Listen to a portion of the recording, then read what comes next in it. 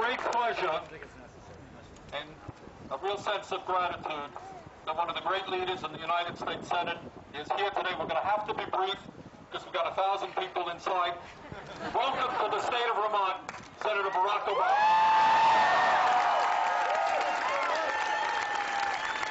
Thank you, Vermont.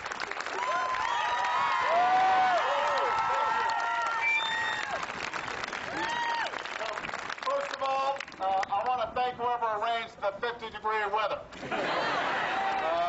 When Bernie asked me if I'd come out and campaign, I asked when, and he said in March. And my suspicion was that in March, the weather's a little bit like Chicago, unpredictable. But this is wonderful, and I think a lot of it has to do with the fact that we've got so many folks out here today just feeling a little bit of heat about these two outstanding candidates who all of us in Washington want to see promoted.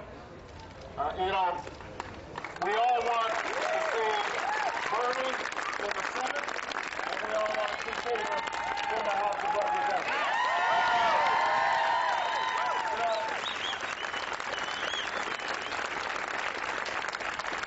I think all of us feel cynical about politics sometimes. You know, it seems like it's a business instead of a mission. It seems like power is always trumping principle. It seems as if our self-appointed leaders lack leadership. We have an administration that is fundamentally not serious about the things that we care about. It's not serious about the environment. It's not serious about energy independence. It's not serious about homeland security. It's not serious about making sure that every American has a decent shot at life, that they've got health insurance, that every child actually has genuine educational opportunity. And so sometimes we get disheartened. And sometimes we pull back. And we say, you know what, nothing's going to change. And yet, when you look at the two men standing beside me, it's an indication, in fact, that things can change. That we can overcome that cynicism. That when ordinary people decide that they want a different future for themselves and for their children and for their grandchildren, and they come together and work at a grassroots level, then it doesn't matter how much money is spent, it doesn't matter what the powers and principalities say. In fact, we can bring about a change.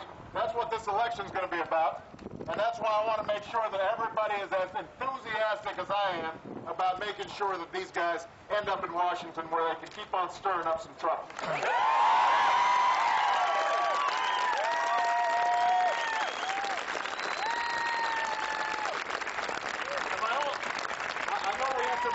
So I'm just going to make one closing comment. I was asking the guy who was driving me here, Bernie, I said, how do you campaign where everybody knows you? I mean, what's the point? Bernie has 100% name recognition.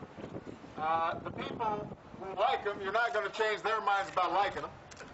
And the handful of wrong-headed people who don't like him, you know, you're not going to change their minds either. But what is important in this election, and what I think the essence of this campaign is, all of us getting activated. It's not so much about the candidate in a campaign like this.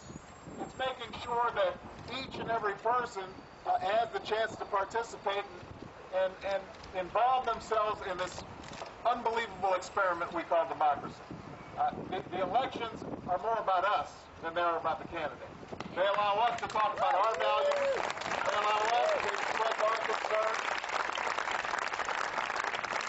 And so I hope that as you listen to Bernie and Peter throughout this campaign, you just keep on reminding yourself that this is really about making sure that your values live.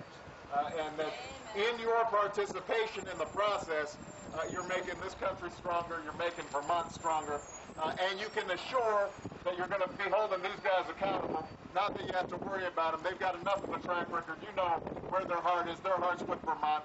My heart today, at least, is with Vermont as well. Thank you, guys. I appreciate it.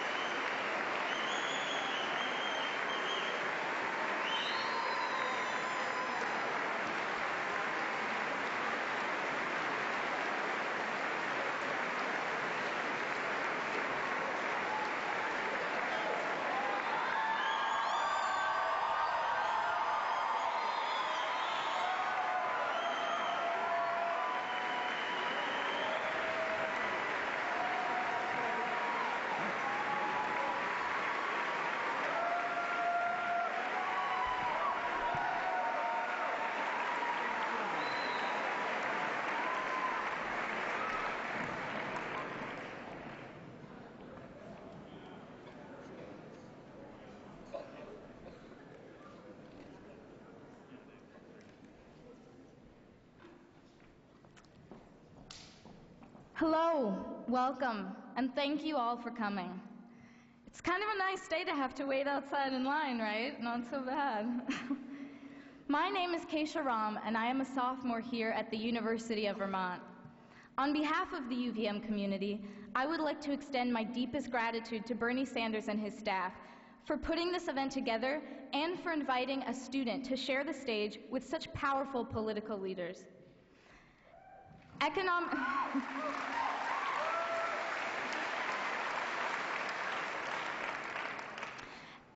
justice, civil liberties, and the environment are issues I care deeply about, and I'm sure many of you share these sentiments. Bernie has taken tremendous leadership in Congress on all of these issues and more, which makes me very proud to support him today. It is also an honor to be here with Senator Barack Obama, a personal inspiration and an incredible leader who deserves a big Vermont welcome.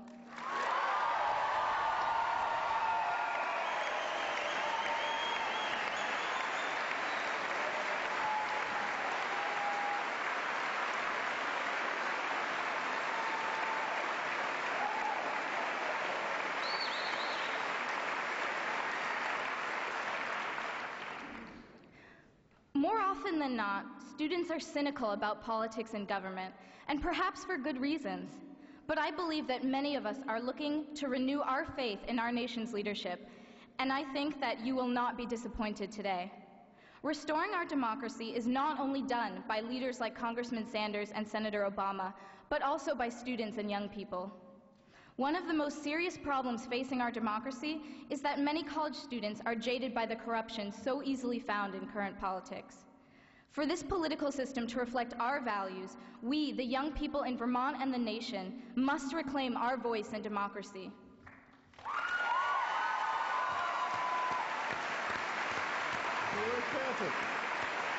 Washington, I think. So much of our future is at stake that we can't afford not to vote. We face an administration that has turned its back on student loan programs, has failed to invest in education and research, and has created a budget deficit that will rest on our backs. We need to rise up and make well-informed political decisions, not sit out on elections. It is up to us to support political leaders like the ones on stage who encourage grassroots action while applying pressure for social change from the top down, so that black or white, red or blue, our vote matters. Thank you.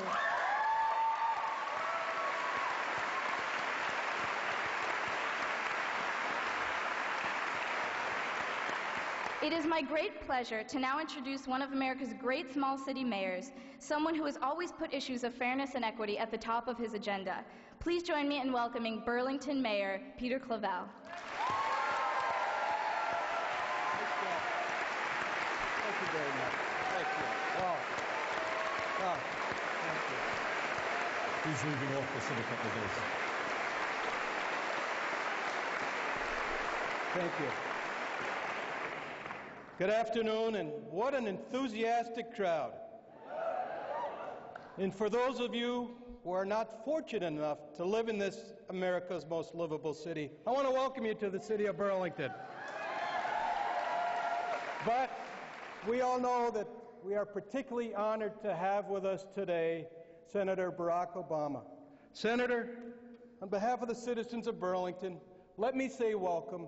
And let me also say that we know that it's the citizens of Illinois that sent you to the U.S. Senate, but we also know that when you fight and stand up for working families, that when you fight for social and economic justice, you're fighting for all of us. And we thank you here from the city of Burlington.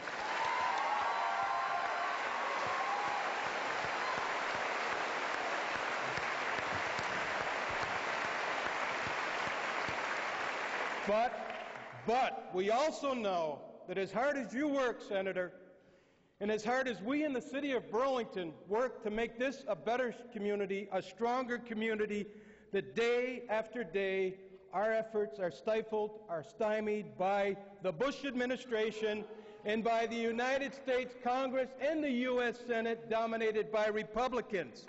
So, what can we do? We can change that in November. And we will change that in November when we elect Bernie Sanders to the United States Senate.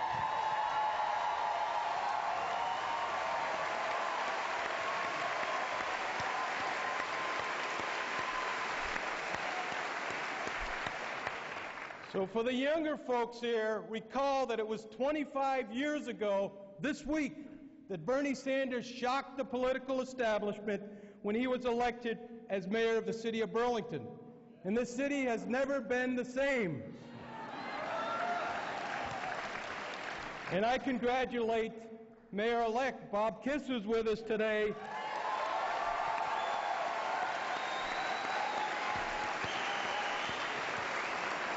And Bob will certainly continue this proud tradition of progressive politics in Burlington. But when Bernie joins U.S. Senator Pat Leahy, we must make certain that Vermont's voice in the U.S. House of Representatives, one of only 435 voices, remains a progressive voice. So with our support, Peter Welch will be that voice. Peter Welch will be a voice against the war. Peter Welch will be a voice for fiscal responsibility. And Peter Welch will be a voice for long overdue universal health care.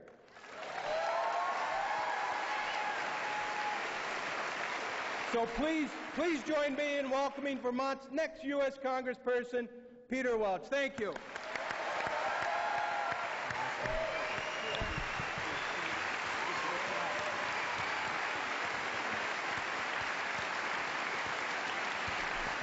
Thank you. Peter, thank you, and thank you for a job well done as mayor of the city of Burlington. You know, it is a pleasure to welcome Barack Obama to Vermont, but many of you here may not remember, but last summer, another prominent national leader visited. That was Speaker Dennis Hastert, and when he came to Vermont to raise money, recruit a House candidate, the Republican Speaker of the House, third in line for the presidency of the United States, arrived unannounced, met in secret, and departed under the radar. It was as though he had joined Vice President Dick Cheney in the Witness Protection Program. Not so with you, Senator Obama. We are delighted to have you here to share your presence and your firm and gentle leadership with all of Vermont.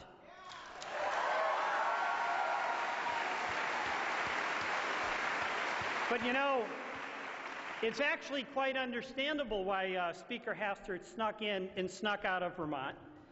He knew what we know, what I hear every single day as I campaign across Vermont.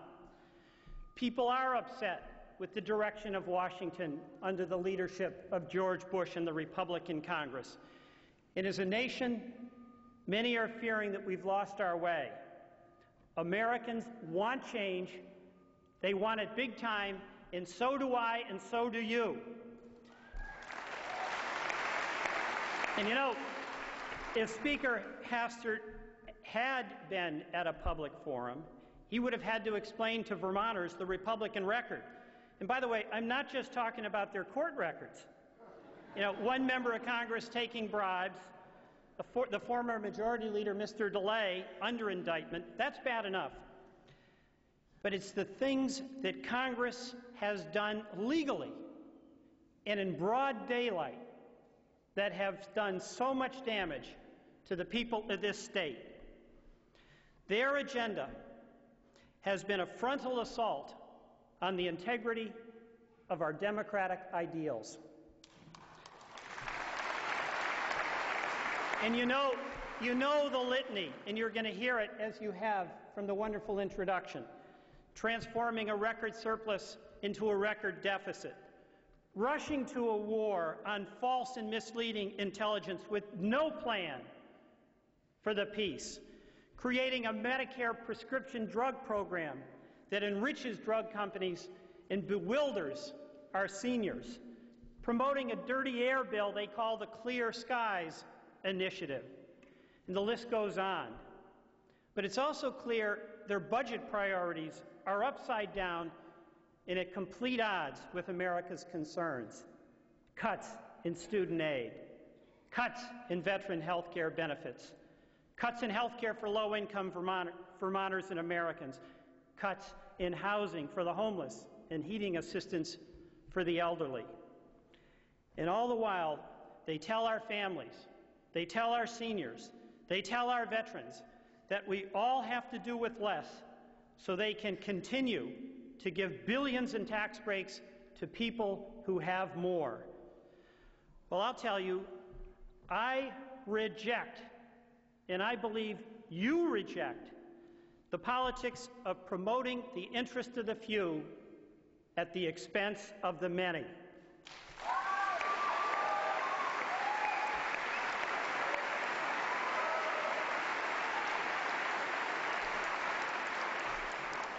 We have a challenge today and through the fall, and it is an exciting challenge. And it is to stir in our own hearts and deep in our own souls a sense of our own possibility that we can put your government, our government, back to work for all Americans. Let me tell you where I'm coming from. I started, Senator Obama, somewhat like you, not running for office or even working on a campaign, but as a community organizer in Chicago. The summer after my sophomore year in college, I hitchhiked west, 900 miles from home, to begin organizing in Lawndale, a poor African-American neighborhood on the west side. This community was so neglected that they couldn't even get their trash collected. The very weekend I arrived, the kids in the neighborhood picked up the garbage, put it in cans, loaded them on pickup trucks, and went down to City Hall and left them for Mayor Daley. What happened after that was truly amazing. The next week, a caravan of sanitation trucks from the city came to pick up Lawndale's trash. That little demonstration gave people a sense that if they pulled together, they could make a difference in their own lives and in the lives of others. And then at that time, as now, many had felt that America had lost its way. But hope in a better future led us then, as it will lead us now, to a higher ground. I was young then, and I found it hard to believe that only a few people could change the world. But I watched it happen. I saw leaders who worked to bring us together, to unite us, not divide us. Leaders like Martin Luther King and Jack and Bobby Kennedy. So while there may be anger now about the direction of the country, it is through hope that we will find our way. I believed it then, and I strongly believe it now. I am running for Congress because I believe that we, together, will restore integrity and public purpose to our government in 2006.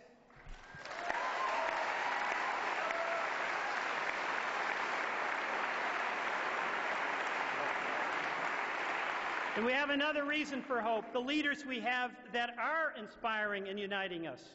One is here today.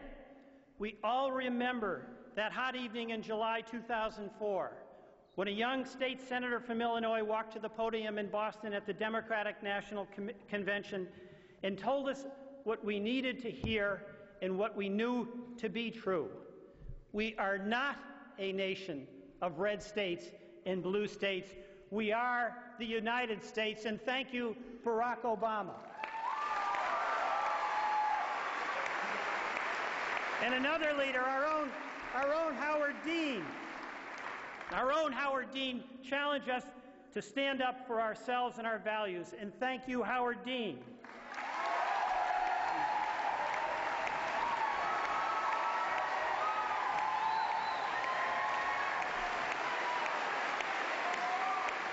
I believe that by working together, we can have political leadership that matches the courage and the idealism of our men and women in uniform.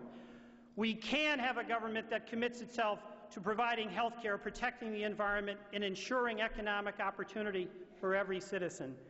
And we can have a nation that is once again concerned about the last, the least, and the lost among us. We have the opportunity in this election, each of us, to help write a new chapter in our American democracy that will be entitled, When America Found Its Way. Thank you.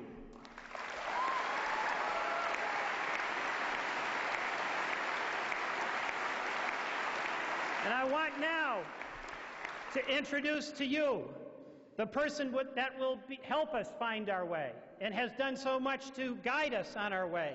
The next United States Senator from the state of Vermont, Bernie Sanders.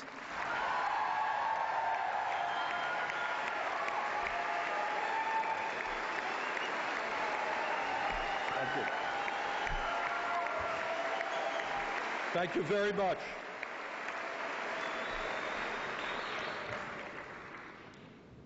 This is a great, great afternoon. And it's a great afternoon not just because we have one of the outstanding political leaders in our country with us, but it is a great afternoon to see the excitement and the hope that is in the eyes of so many people in our own state. Everybody in this room understands that there's something fundamentally wrong in terms of the direction in which our great nation is going. And what your presence here today tells me is that this small state is going to lead America in a new direction.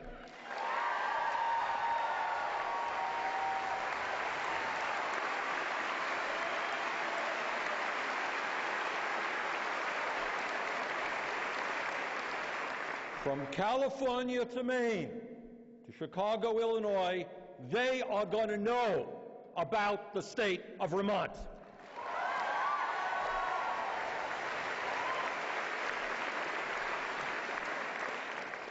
Before I go further, I want to introduce some really distinguished guests who are here with us today.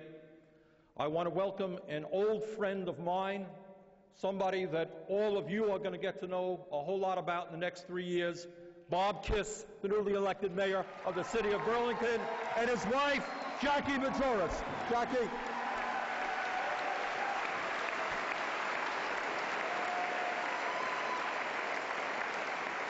I want to introduce Scudder Parker, the Democratic candidate for governor. Scudder.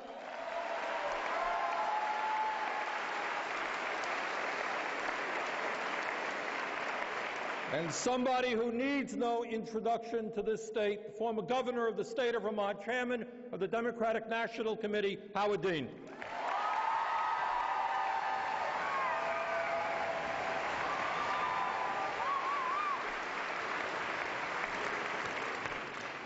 See, Howard's back in Vermont and he thinks he can get away with dungarees, so that's all right. I wish I could, all right. Before I introduce Senator Obama, I just want to say a few words, and I'm not going to go on too long because he's the guy we're here to hear. Here to hear, okay. I want to put the Senator's presence here in a broader context. It's important that we all understand this. Simply stated, our country today is being run by a one-party Republican government in Washington. Right-wing Republicans control the White House. Right-wing Republicans control the U.S. House of Representatives. Right-wing Republicans control the U.S. Senate. And unfortunately, right-wing Republicans now control the Supreme Court. And in my view, in virtually every single area, our government is moving in exactly the wrong direction.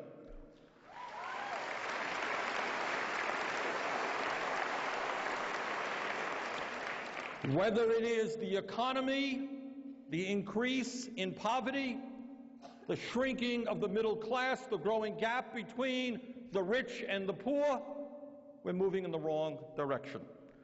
Whether it is the disintegration of our health care system and the fact that 46 million Americans have no health insurance, even more are underinsured.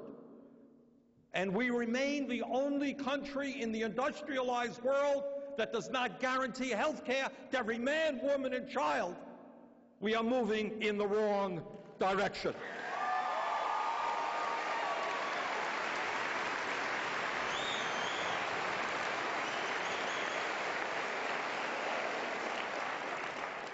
Whether it is the environment and the fact that we remain more and more dependent upon foreign oil, we drive cars that get worse mileage per gallon than they got 20 years ago.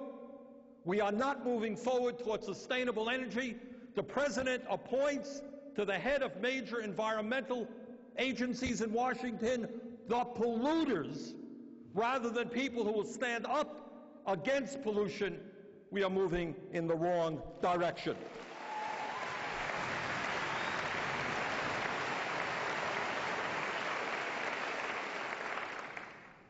Whether it is the needs of our veterans, and I get calls in my office, and I'm sure Senator Obama does as well, from men and women who have put their lives on the line from World War II to the war in Iraq, who today are on waiting lists in VA hospitals and in VA clinics all over this country while the president poses in front of the troops.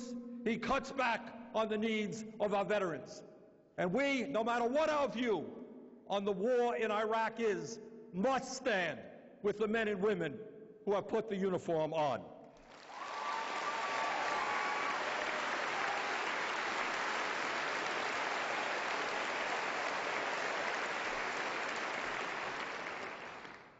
Whether it is women's rights.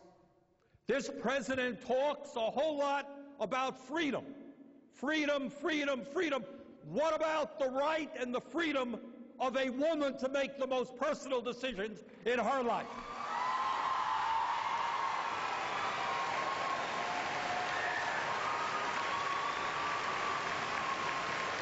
We are not going to allow them to overturn Roe versus Wade. We're not going to allow them to do that. Ironically and sadly, the last time that I was in this room, the Ira Allen Chapel, was for a funeral of a young man who was killed in Iraq. It turns out that this very wonderful young man was somebody who was close to our family, somebody who we knew throughout his high school days. And it was a very sad day. And that young man was one of about 20 Vermonters killed in Iraq, one of 2,300 Americans killed in Iraq, in addition to the some 16,000 who have been wounded and the tens of thousands of Iraqis who have died or been wounded. I voted against going to war in Iraq, and I think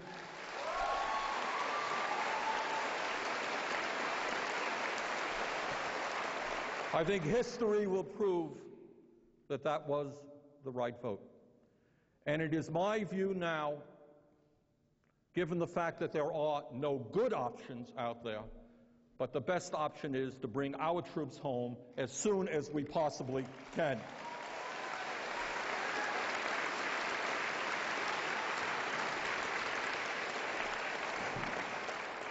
It is also my view that the United States Congress needs to investigate how we got into Iraq, what the president knew, and when he knew that. We need that investigation.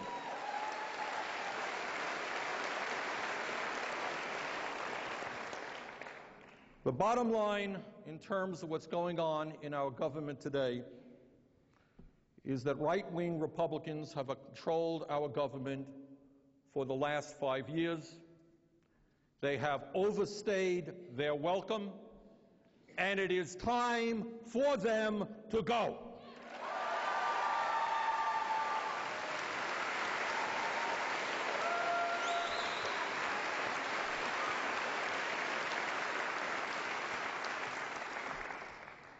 And now let me say a few words about a good friend of mine and one of the great senators in the United States Senate today, and a gentleman I very much hope to join in January of next year. Less than a year and a half ago, a young man, or at least compared to me, comparatively young man, was elected to the United States Senate from the state of Illinois. And since then, he has electrified our country and has amazingly, in the very short period of time that he has been in the Senate, become one of the most respected and outstanding leaders in that body. And given the short time that he's been there, that's a pretty amazing accomplishment. He is the author of a major bestseller, Dreams from My Father. I wrote a book too, but I only sold a few thousand copies, nothing like yours. And he has spoken to standing room only crowds from one end of this country to the other, as he is obviously doing here today. For many of you, Barack Obama needs little introduction. His voice has rung out all over America, calling us to create a better society, to bring into being a government more attentive to the needs of the people. He reminded us at the Democratic National Convention, and I quote, that Americans know that with just a change in priorities, we can make sure that every child in America has a decent shot at life and that the doors of opportunity remain open to all. They know we can do better, and they want that choice, end of quote. The reason that so many Americans respond so powerfully, so deeply to Senator Barack Obama is that he reminds us of our better selves and the powerful good that our political system can accomplish when it looks at something other than the needs of the special interests. Here is what he said in his keynote speech at the Democratic Convention, and I quote, and we'll end on this. If there is a child on the south side of Chicago who can't read, that matters to me, even if it's not my child. If there's a senior citizen somewhere who can't pay for her prescription drugs and has to choose between medicine and the rent, that makes my life poorer, even if it's not my grandmother. If there's an Arab American family being rounded up without benefit of an attorney or due process, that threatens my civil liberties. It's that fundamental belief, I am my brother's keeper, I am my sister's keeper, that makes this country work. End of quote. Let us welcome to the state of Vermont, Senator Barack Obama. Thank you, Vermont. Thank you. Thank you, guys. Thank you. Thank you. Thank you. All right. Thank you so much. Thank you, guys. Thank you. Thank you very much. Thank you. Thank you. Well, I'm fired up. You know, I am a little concerned, however, that, the politicians from Vermont seem to be a little shy. They seem to be a little retiring. I am not sure that Bernie's going to be speaking his mind adequately when he gets to the Senate.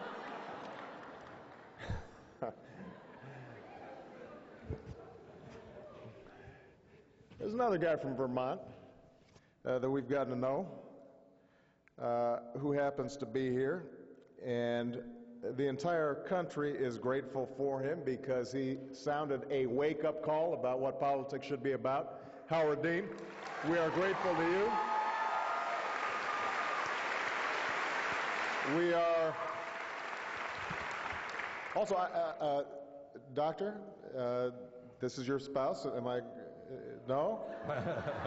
She was supposed to be here. Oh, the Secretary of State. Well, let me acknowledge her. What's your name? I was going to thank, the reason I had your wife down here, and I was going to thank her because my wife considers her a role model. Because my understanding is she basically has nothing to do with politics. And my wife really appreciates that. Mr. Mayor, thank you for the outstanding service that you have rendered to this beautiful city. Mayor-elect, congratulations. Bernie was gloating up here, talking about how you beat the Democrat.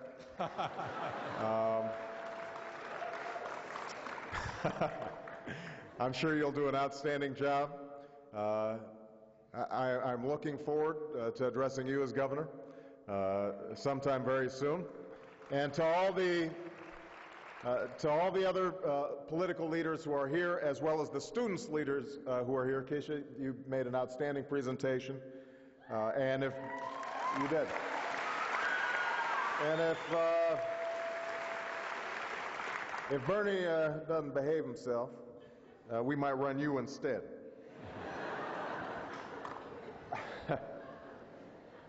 Thank you also for arranging for 50-something degree weather in Vermont. That's right.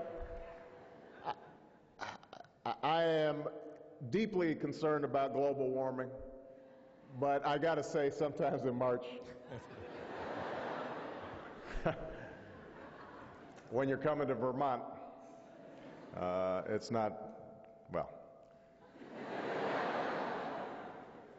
I am excited to be here. I am excited to be here, first of all, to support two outstanding progressive candidates who belong in Washington and who are going to bring about a change. But I'm also excited to be here just because there's something about Vermont. This is the first time I've been to Vermont. But there is something about Vermont where I just get a sense that folks don't just talk the talk, they walk the walk. That there's that, I know it's a stereotype, but I just think it's true, that kind of flinty, say what you mean attitude that this country needs. Because sometimes it seems like we've gotten caught up in so much spin and so much inauthenticity and so much nonsense that just a nice cool blast of the truth is what's needed. And my sense is that there's something about Vermont, because you guys are cold all the time, you can't afford to not tell the truth. That just makes me happy to be here. Now, I was asking one of the deputy campaign managers to Bernie on the way over here, what do you do in a campaign where every single person knows your candidate, has been knowing him for 30 years, knows whether they like him or don't like him? What's there left to do? And, you know, I thought about it, and I realized, and I mentioned this outside, that part of what's left to do, I think, is to not just elect Bernie, not just elect Peter, but also remind ourselves of what politics can be. Remind ourselves of what politics can be. You know, when Peter mentioned I didn't get into politics. I wasn't one of these guys who at the age of 7 wanted to be president. And so I came into politics through the back door. I was a community organizer in low-income neighborhoods in the south side of Chicago. Worked there for 3 years, went back to law school, practiced civil rights law. When I got out, ran a voter registration drive, filed lawsuits to expand the franchise for more people. And it wasn't until I was a law professor and a practicing civil rights attorney that the state senate seat that I was living in opened up. And some people asked me, would I be interested in running? And I did whatever every wise man does confronted with such a situation. I prayed on it, and I asked my wife. And after consulting these two higher powers, I decided I would go ahead and do this. So I did what every first-time candidate does, and that is just talk to anybody who will listen to you.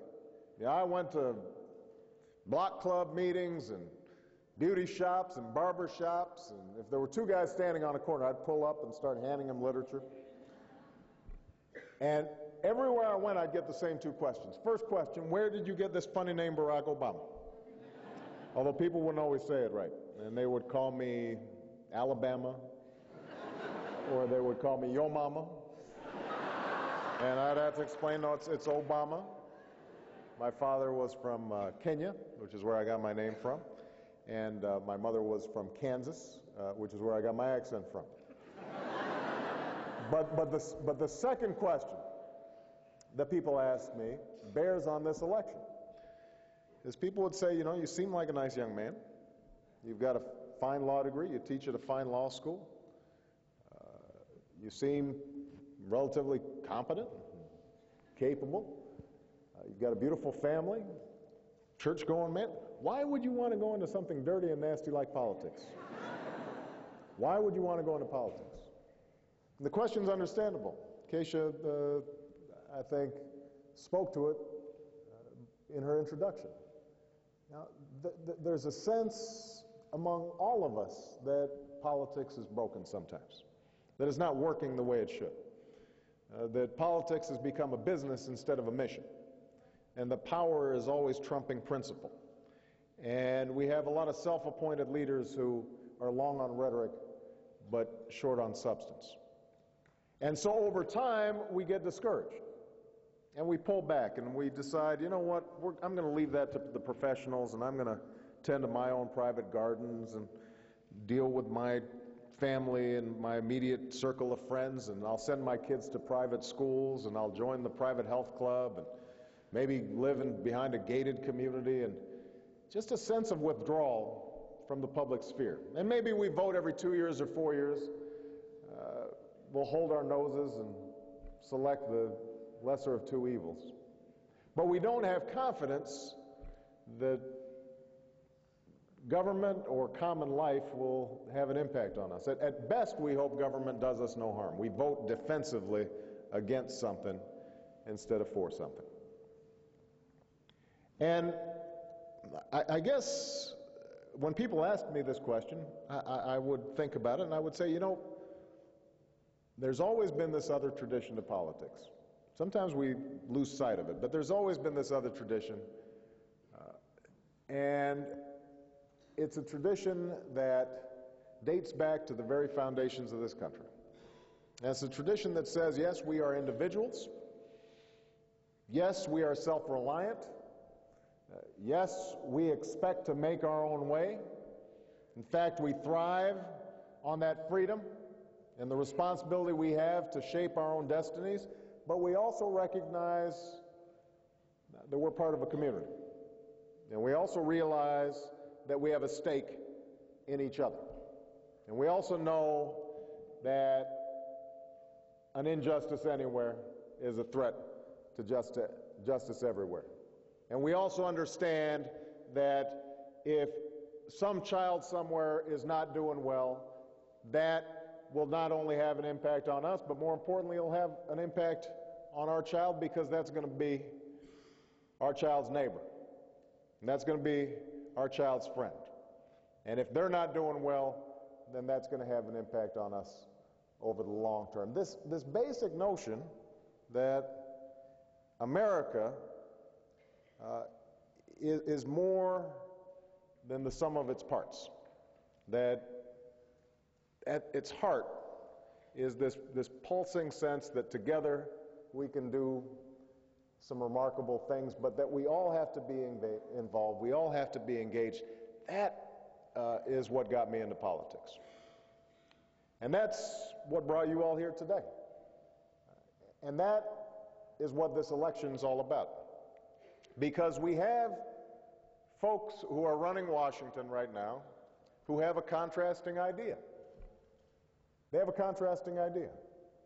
Now, there are some folks in Washington that I deal with who I truly think are just selfish and not particularly appealing people. I won't lie to you, I'm not going to mention any names here today. On the other hand, there are a lot of folks who are just going along with the program. They're not bad people. They're not evil people. They're not stupid people. But they're going along with a trajectory, a philosophy, an ideology that has gained prominence in this country that gets some fancy labels on it, like the Ownership Society, but essentially is a pretty simple concept. It says you're on your own. It says, you know what? If you are working 2 jobs and neither of them provide you health insurance, and your child gets sick, and you are bankrupt, tough luck. Life's not fair. It says if you don't have the wisdom to choose the right parents who live in the right neighborhood and can send you to the right school and provide you with the nurturance and support that you need, pull you up by your own bootstraps. It says that if you're 65, 70, you've been working 30, 35 years, back-breaking work, manual labor, waking up every single day to give an honest day work for an honest day pay, and you get ready to retire, and it turns out that the company decides it wants to shed those retirement obligations and goes into a bankruptcy court stocked by the current administration. And that judge says, you know what? You don't really have that obligation. Well, sometimes life isn't fair. That's the idea that is dominant right now in the leadership of this country. That is the dominant philosophy of Washington. But here's the good news. The good news is it's not the dominant philosophy of America. It's not the dominant philosophy of Vermont. It's not the dominant philosophy that is going to get Bernie Sanders elected, and it's not the dominant philosophy that's going to get Peter West elected. I mean, folks, let's face it. Democracy doesn't work perfectly. Sometimes folks get a little confused sometimes because they're not paying attention.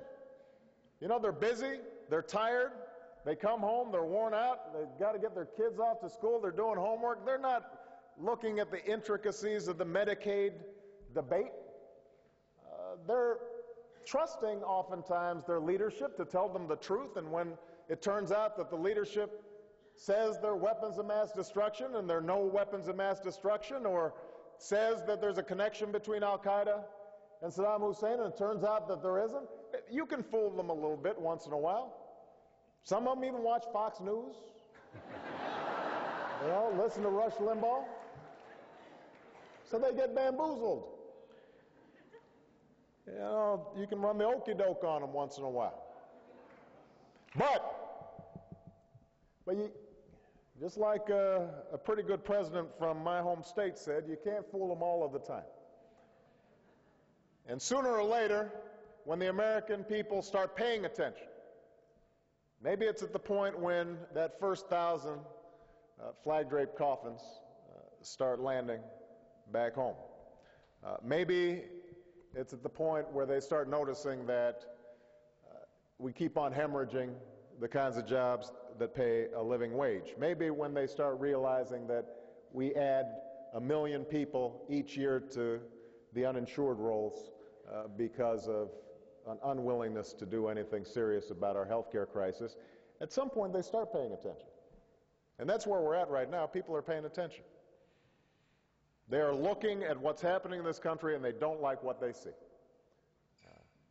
Which isn't to say that they want to go back to every spending program and every strategy that existed back in the 60s. People are sophisticated. They recognize we have to update some of our strategies.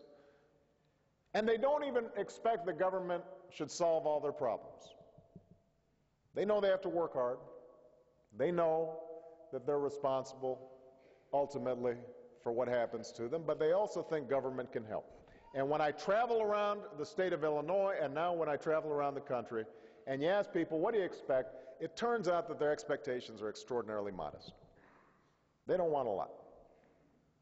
You know, they expect if they're willing and able to work, they should be able to find a job that pays a living wage. They expect that they shouldn't be bankrupt when they get sick. They expect that their children should be able to get a genuinely decent education, that we shouldn't just be giving lip service to it. And if that child applies themselves, then they should be able to go to college, even if their parents aren't rich. They expect they should be able to retire with some dignity and some respect. They expect that our foreign policy should be based on the truth. They expect that their government should respect their privacy. And that's about it. Yeah, maybe you throw in clean air, clean water, not getting blown up. It's not a lot. And when you tell them, you're right, government cannot solve all your problems, but it can help, then they nod their heads. And they say, all right, what do we have to do? And that's where we're at right now as a country. I think people are ready for a call to action. They want to move forward. They want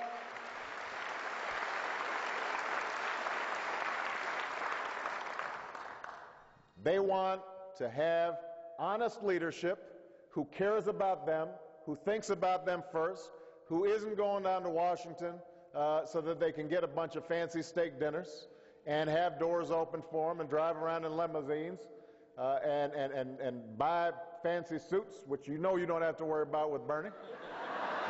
Where do you get that suit, man? Right off the rack. That's not what they want. They want somebody who's going to fight for them. Somebody who's going to say, you know what, let's have a prescription drug plan that's written on behalf of the people of America instead on behalf of the prescription drug companies. Why don't we try something like that?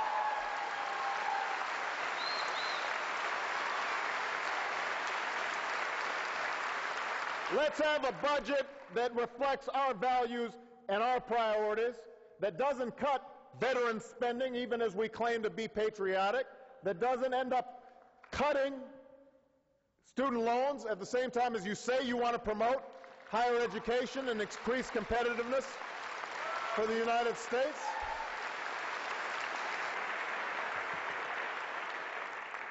How about an administration and a Congress that insists on a foreign policy that is both tough and smart? Since right now we've got a party that has the monopoly on the tough, dumb foreign policy strategy. That's what people are looking for. And they will find it in Bernie, and they'll find it in Peter. You will find it in these two gentlemen back here. And you don't have to take my word for it, because you know these guys. You've seen what they do. They're your neighbors. They're your friends. They're people who, day in, day out, have worked on behalf of the common good here in Vermont. And so the only question is, are you able to slough off your cynicism? You know, are you able to re-engage? Are you willing to say to yourself, you know what? For all the disappointments I see and all the challenges that we face, I still have a sense of hope. You know, that's ultimately what you need. You need some hope. You know, nobody thought, obviously, I was going to win my race. I was in a field of, in the Democratic primary, I was in a field of 7 candidates. One guy had $400 million. Sound familiar? And he spent 30 of it in the race. Another guy was the favorite son of the Democratic Party. And so people weren't really expecting me to pull this thing out. And so election day comes, and I've won by 30 points. And people are scratching their heads and trying to figure out, and nobody's more surprised than me. And we didn't have a lot of money.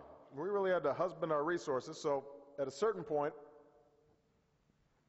we had made the strategic decision just to run television ads in the Chicago media market. It costs $500,000 a week to run TV ads there. We hadn't run TV ads down in downstate Illinois.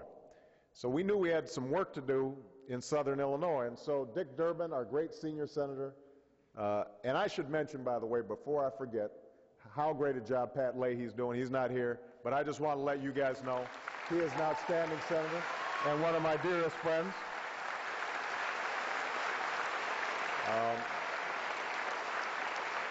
Some of you may know, by the way, that Pat just reached the threshold. He just cast his 12,000th vote. That's a lot of votes. So my senior senator is Dick Durbin. And so Dick, who's from Southern Illinois, he says, you know what, let's go on a downstate tour. So we went to 39 cities in 5 days. We went to every city in downstate Illinois. We went to Caseyville and Collinville and Murfreesboro and Hillsboro. We went to every hill and borough and ville in Southern Illinois. And one of the places we went to was a place called Cairo, Illinois. And you should understand that Southern Illinois is the South. It's much closer to Kentucky and Arkansas and Memphis than it is to Chicago, Tennessee. So the town of Cairo is the very tip, right on the Kentucky border. And Cairo achieved a certain infamy back in the late 60s and early 70s as the site of some of the worst racial violence of any place in the nation, as bad as anything going on in Mississippi or Alabama. I mean, you had an active white citizens council there. You had cross burnings. You had de facto segregated schools. You had violence and arson and all sorts of problems.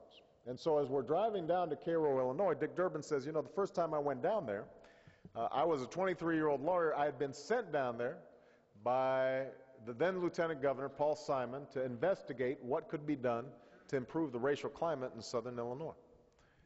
And so Dick, 23-year-old young lawyer, gets off a bus, gets picked up by a local resident there, driven to the motel where he's going to be staying. And as he's about to get out of the car, the driver turns to him and says, listen, young man, let me give you a bit of advice. Dick Durbin says, what's that? He says, don't use the telephone in your motel room. And Dick says, why? He says, well, because the switchboard operator is a member of the White Citizens Council and is going to report on everything that you say. And this makes Dick pretty nervous. But he has a job to do. He checks in, goes up to his room, starts unpacking his bags. Here's a knock on the door. Opens up the door, and he sees a guy standing there, mean-looking man, just peering at him. Doesn't say anything. Finally just says, what the hell are you doing here? Walks away. Which at this point makes Durbin really nervous. And it's making me nervous too, because we're pulling into Cairo as he's telling me this story. So we're winding through the streets of Cairo. We go around the old county courthouse, suddenly come across a big parking lot. And there are about 300 people standing there. All of them look to be of an age in which they might have been active participants in some of the going-ons back in the late 60s, early 70s in Cairo, Illinois. But as I get closer, I notice that about a fourth of them are black, and about 3/4 of them are white. And we get a little closer still, pull up, and they're all wearing these little blue buttons as we get off the van. And they say, Obama for U.S. Senate. They start handing us barbecue and taking pictures and wanting autographs. And I looked at Durbin, and he looked at me. And we knew what the other person was thinking. I mean, if you had told Durbin 30 years ago that he, the son of Lithuanian immigrants, would be returning to Cairo, Illinois as the senior United States Senator, and that he'd have in tow a black guy born in Hawaii with a father from Kenya and a mother from Kansas named Barack Obama, and that he'd be the junior United States Senator someday from the state of Illinois, folks would have told you, well, you're crazy. Couldn't have happened. And yet, there it was. It just reminds me of something Dr. King said 2 weeks after Bloody Sunday, when the Freedom Marchers tried to cross the Edmund Pettus Bridge and were turned back. 2 weeks after that, Dr. King says, the arc of the moral universe is long, but it bends towards justice. Bends towards justice. But it doesn't bend on its own. It bends because each of us put our hand on that arc and we bend it in the direction of justice. Each of us have a responsibility to move it towards justice. And if each of us in this chapel and outside and all through Burlington and all through Vermont put their hand on that arc and do what it takes, whether it's knocking on doors or licking envelopes or making phone calls or talking to friends, then I guarantee you that we will be electing Peter to be the next congressman from the great state of Vermont. We're going to be electing Bernie to make sure that he is the next great senator from the state of Vermont, and we are going to turn this country around. Thank you very much, Vermont. I appreciate you guys.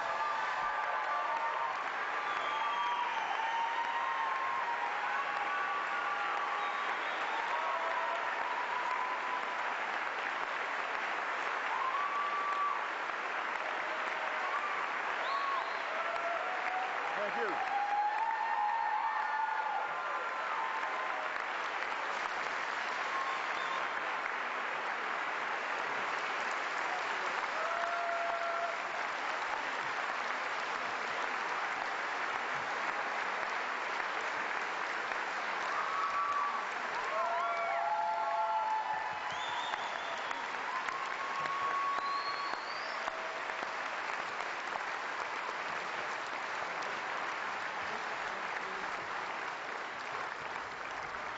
And now we know why people all over this country are coming out to hear this gentleman.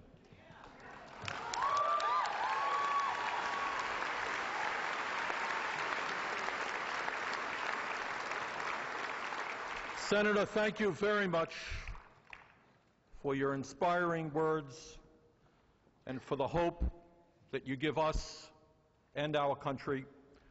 We know what we have to do. And it's a solemn, solemn obligation for our democracy. But come November, you and I and Senator Obama and Peter Welch and everyone else here, we are going to turn this country around. We are going to make America a country of justice. Thank you all very much for being out here today.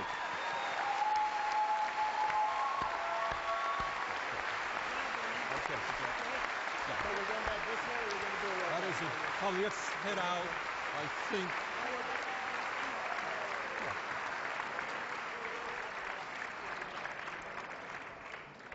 Where's the way out of here? This way? Okay.